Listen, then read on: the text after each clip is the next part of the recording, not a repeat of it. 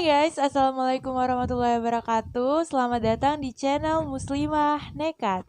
Jadi di episode-episode nekat nanti, aku Anissa akan lebih sering membahas tentang kasus-kasus kriminal terunik dan termisteri dari berbagai belahan dunia. Jadi apa itu nekat? Nekat adalah serangkaian kasus-kasus kriminal yang akan aku buat sebuah storytelling atau cerita yang lebih menarik. Kisah-kisah ini berasal dari kasus-kasus kriminal nyata yang terjadi dari berbagai belahan dunia dan akan aku rangkum di segmen nekat.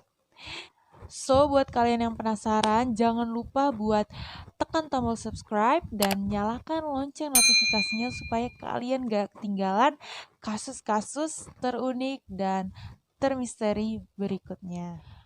Oke, langsung aja kita ke kasus pertama yang ada di video ini. Seperti kalian lihat di kolom judul, kisah ini amat sangat mengerikan, memilukan, juga mencengangkan.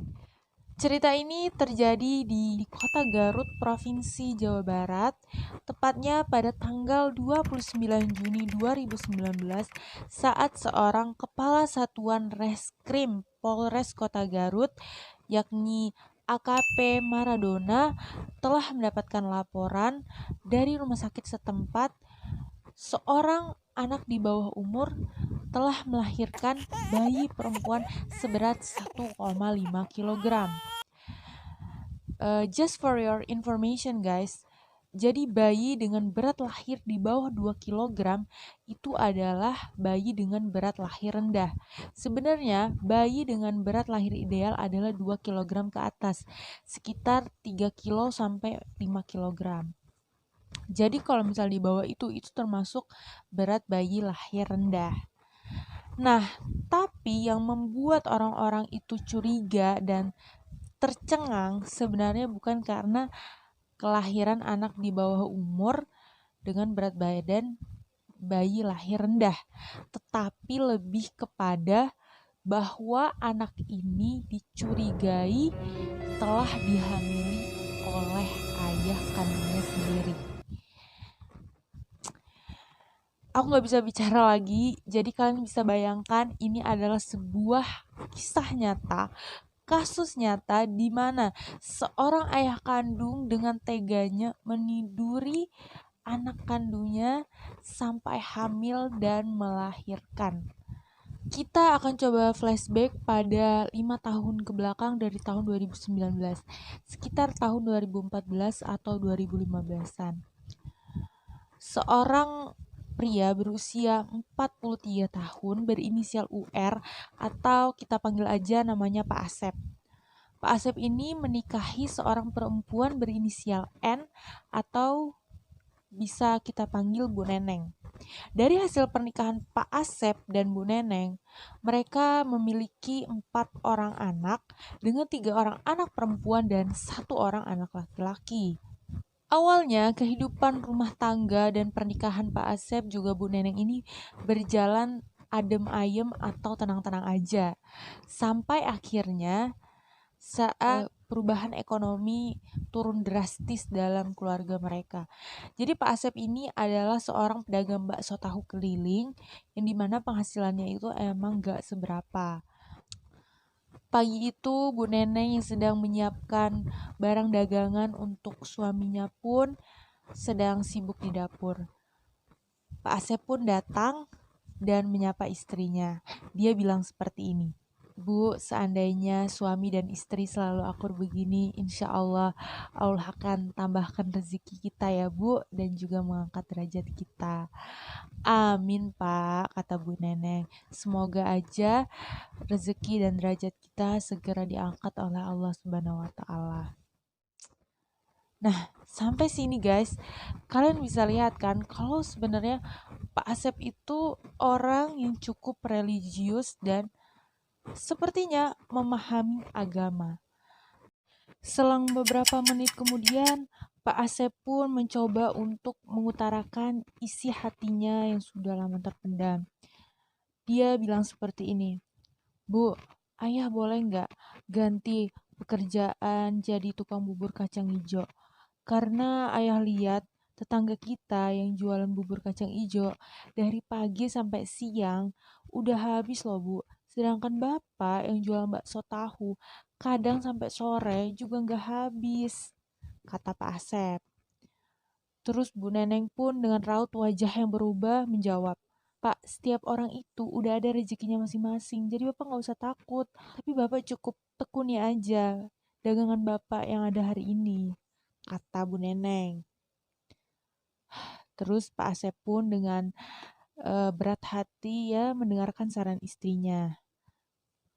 Tak lama kemudian Pak Asep bilang lagi seperti ini, Bu, jangan lupa ya, Bapak diingatkan untuk segera bayar zakat karena sudah sampai nisabnya.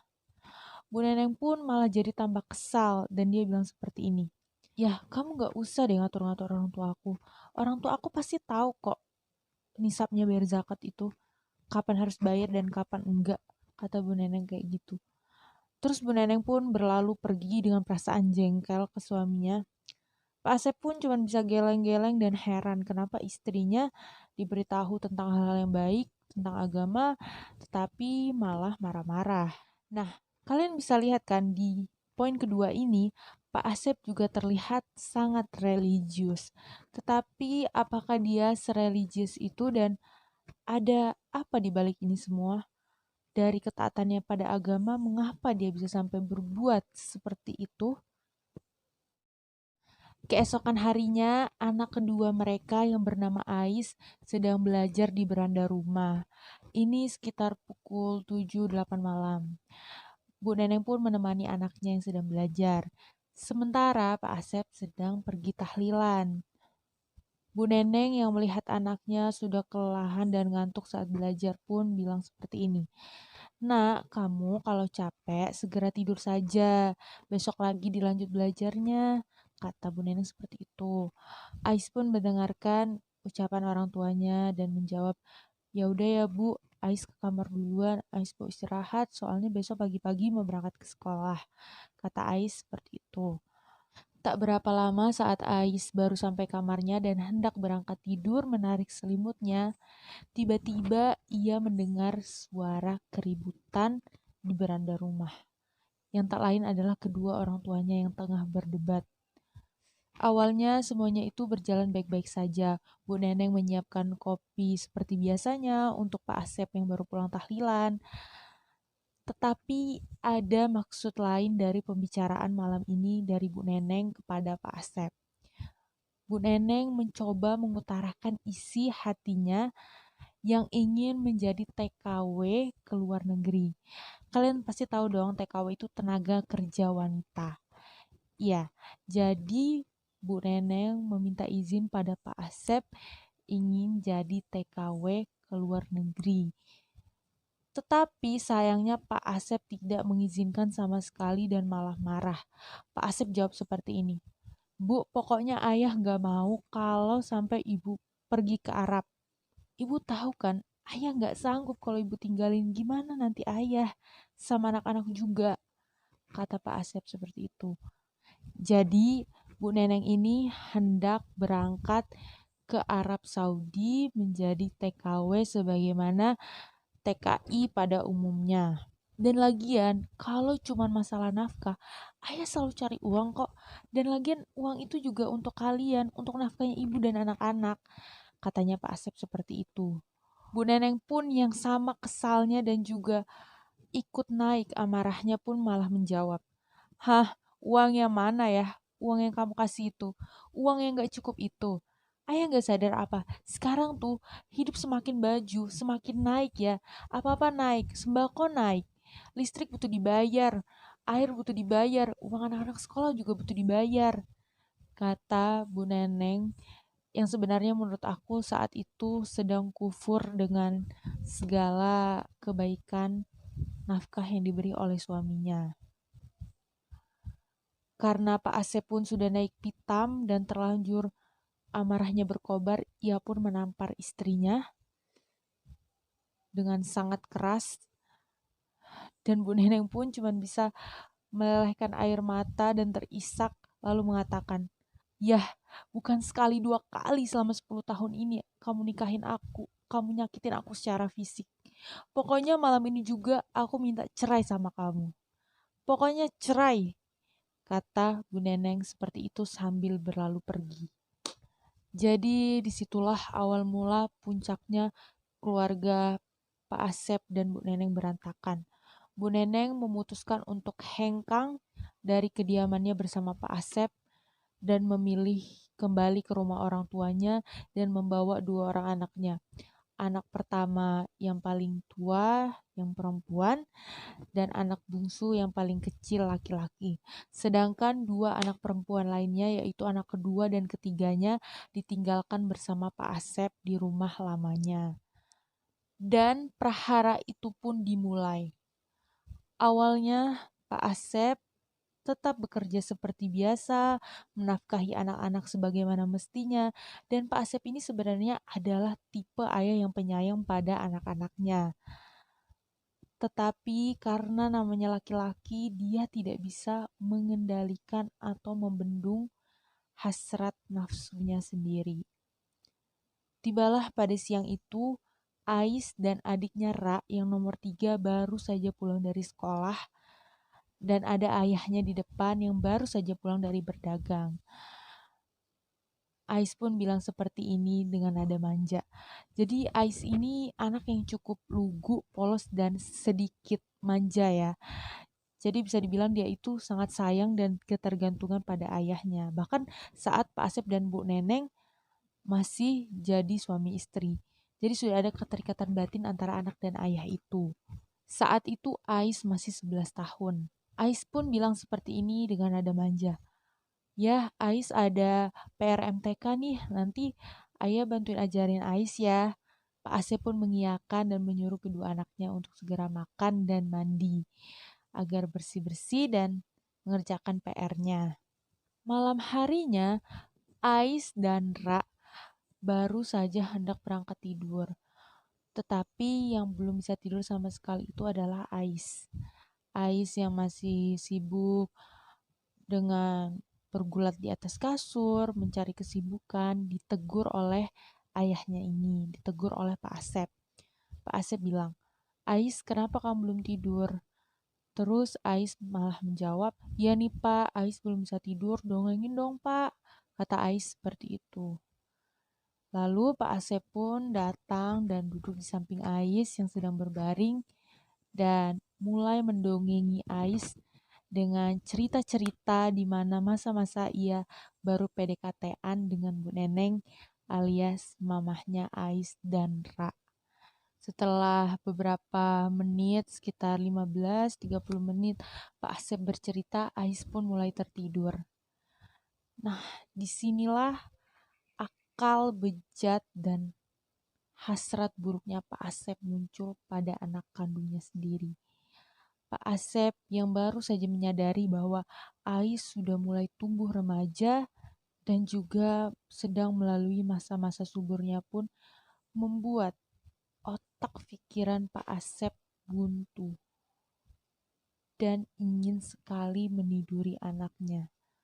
Pak Asep pun mulai menggerayangi tubuh anak kandungnya sendiri dan Ais pun kaget saat ayahnya menyentuh bagian-bagian yang sebenarnya tidak boleh untuk disentuh.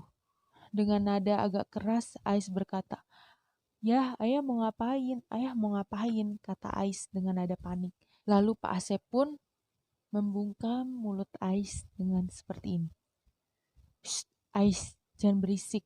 Nanti Ra bangun. Ais gak usah takut dan gak usah khawatir.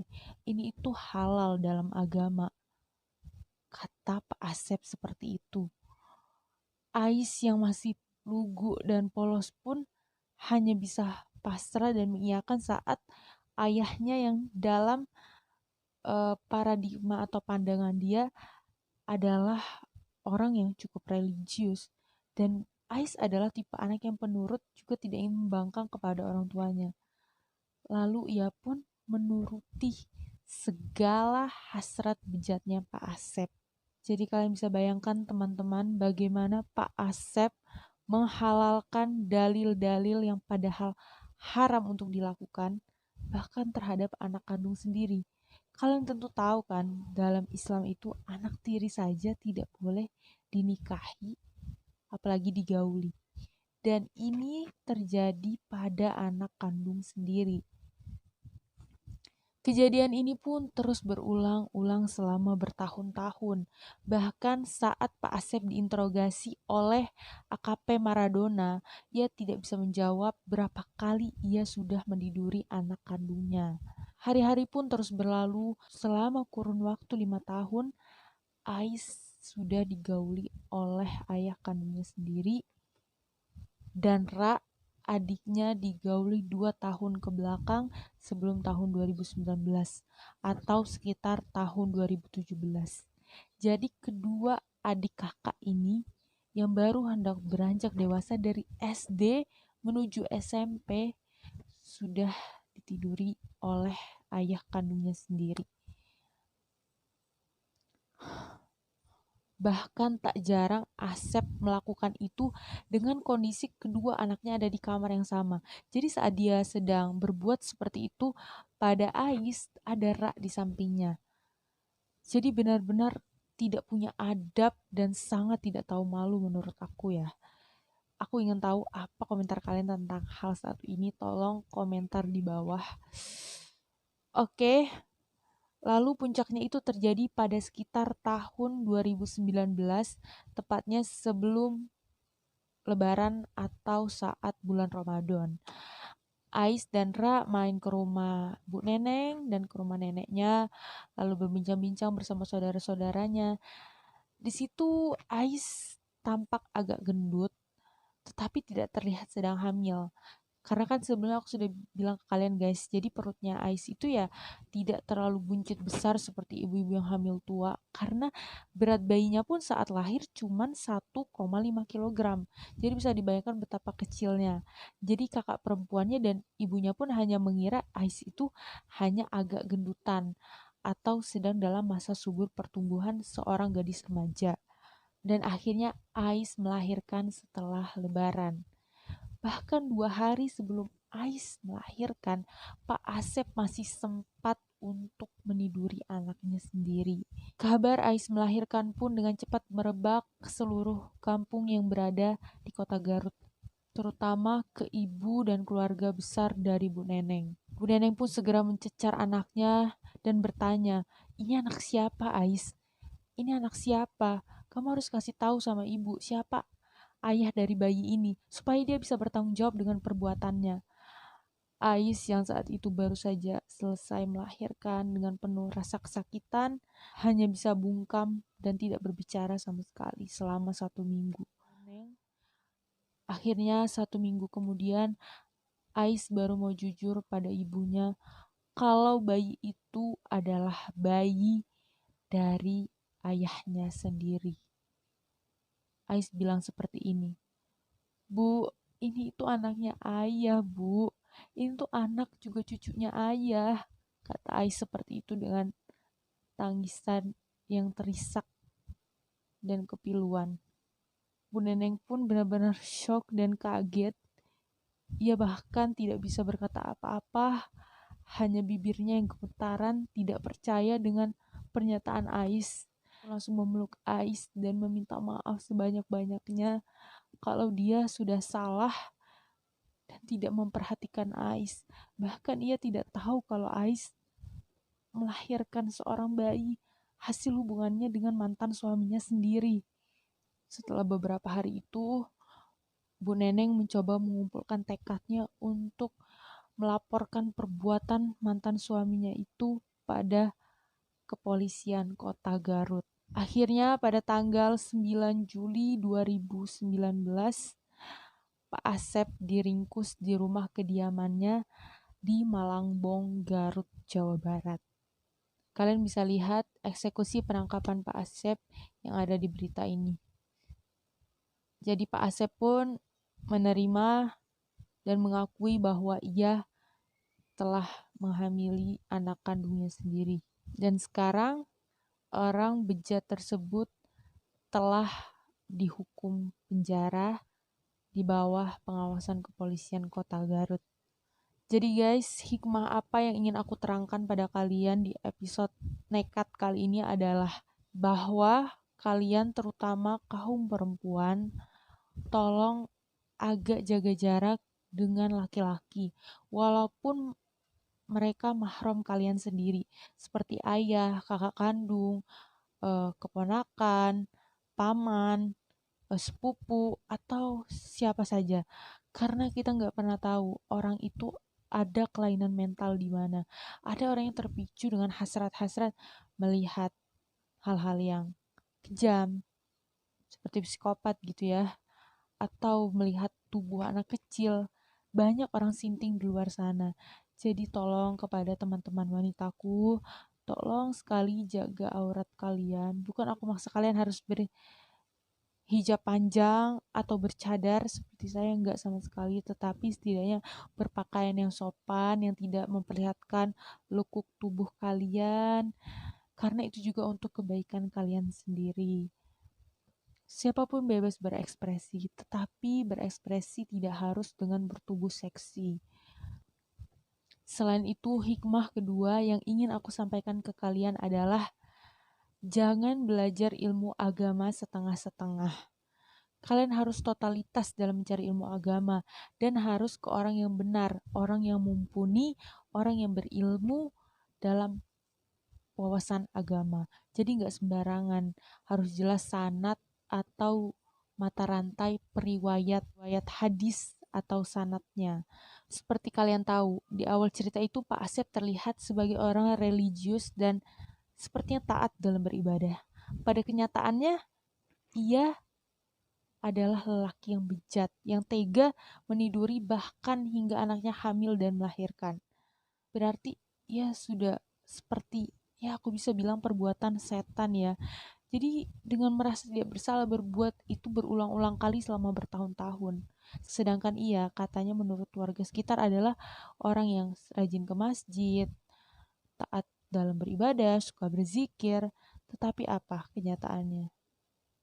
Rasulullah Shallallahu Alaihi Wasallam bersabda, "Badiru bil a'mali fitanan كقطع الليل المظلم يصبح الرجل مؤمنا ويمسي كافرا أو يمسي مؤمنا ويصبح كافرا يبيع دينه بعرض من الدنيا."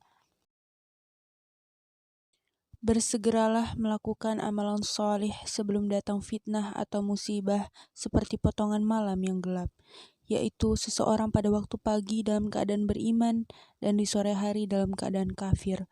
Ada pula yang sore hari dalam keadaan beriman dan di pagi hari dalam keadaan kafir. Ia menjual agamanya karena sedikit dari keuntungan dunia. Hadis riwayat. Jadi Rasulullah SAW sudah mengabarkan kepada kita bahwa akan ada golongan orang Islam yang paginya dia beriman tetapi malamnya ia kafir atau kufur. Ada juga yang malamnya beriman tetapi paginya kembali kafir. Jadi aku coba menerangkan untuk kalian guys. Seperti kalian lihat, apa relasi atau hubungan dari hadis tadi dengan kasusnya Pak Asep ini. Jadi Pak Asep ini saat siang ia beribadah, dilihat oleh masyarakat sebagai orang yang alim, tetapi saat malam ia berbuat bejat pada anak kandungnya sendiri. Ini tentu sangat-sangat salah dan jangan sampai kalian tiru. Kenapa Pak Asep bisa sampai melakukan kesalahan ini? Oke, aku bakal kasih tahu kalian. Seperti kalian tahu, Pak Asep ini tinggal di kota Garut, Jawa Barat. Di mana notabene-nya rata-rata orang sana adalah orang Sunda asli atau suku Sunda. Di sini aku nggak coba buat eh rasis atau menjudge suku atau gimana. Tetapi di sini ada kesalahpahaman antara Pak Asep, pemahamannya dengan bahasa Sundanya, juga dengan hukum-hukum Islam. Bagaimanakah maksudnya? Jadi, Pak Asep ini pernah membaca dalil atau ayat yang mengatakan bahwa dalam Islam itu laki-laki boleh berhubungan badan dengan budaknya tanpa perlu menikahinya. Memang ada hal itu dalam agama, bahkan dalam ayat Al-Quran. Tetapi Pak Asep salah pengertian Karena dia orang Sunda, dia pikir budak itu adalah anaknya sendiri. Karena budak dalam bahasa Sunda artinya anak. Jadi dia pikir halal berhubungan badan dengan anak kandungnya sendiri walaupun tidak menikahinya. Jelas saja ini adalah kekeliruan besar. Oke. Jadi itu adalah kesalahpahaman Pak Asep yang amat sangat fatal. Karena ia tidak bertanya lebih dalam kepada orang-orang yang berilmu agama. Ia malah terus membenarkan perbuatannya yang menyesatkan dan mengikuti hawa nafsunya. Semoga saja kita bukan bagian dari orang-orang yang keliru seperti itu. Oke teman-teman, segitu aja sharing aku hari ini. Aku harap kalian dapat memetik hikmah dan pelajaran dari kasus kali ini. Tolong komentar di bawah apa tanggapan kalian tentang kasus satu ini. Dan juga kalian boleh komen pengen request bahas kasus apa di minggu depan atau hari berikutnya. Sekian dari aku Anissa di Muslimah Nekat. Assalamualaikum warahmatullahi wabarakatuh.